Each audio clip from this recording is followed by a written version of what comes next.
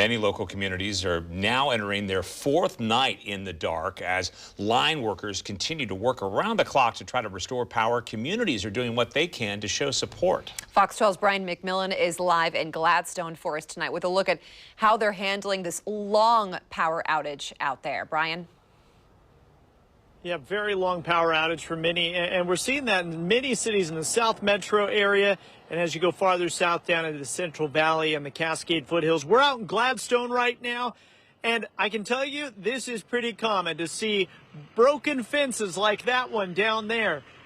This pole is not supposed to be leaning. The reason why it's leaning is because a couple of other poles went down. They have been replaced, but notice how the power lines are slouching.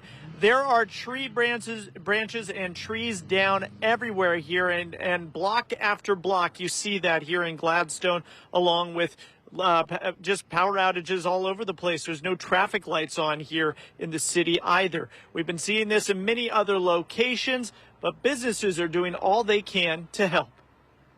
That first day without coffee was awful.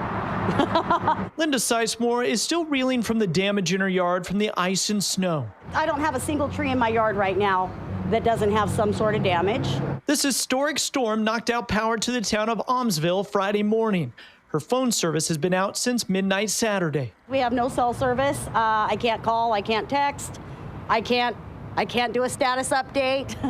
The only updates she can give are on a poster. Well, that's going to have to get updated because it's been 98 hours now. The days are now warmer, but the nights are still bitter cold.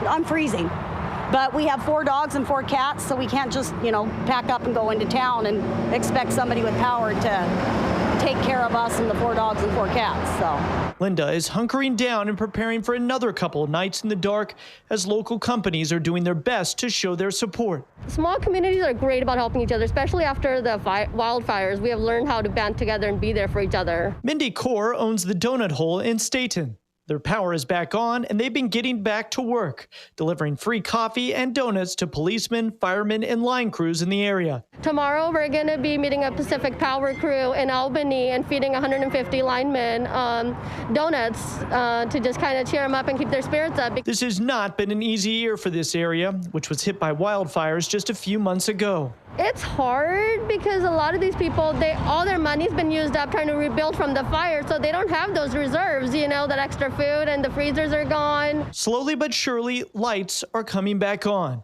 For those who live here, it can't happen soon enough. Now that there's some street lights are coming back on, the stores are opening back up, the end seems to be near. It truly is amazing just to see how much damage, how many trees and limbs are down, even up and down the freeways. And power crews, they're doing their best, trying to get us all back on, but it'll likely take several more days until everybody's lights are back on.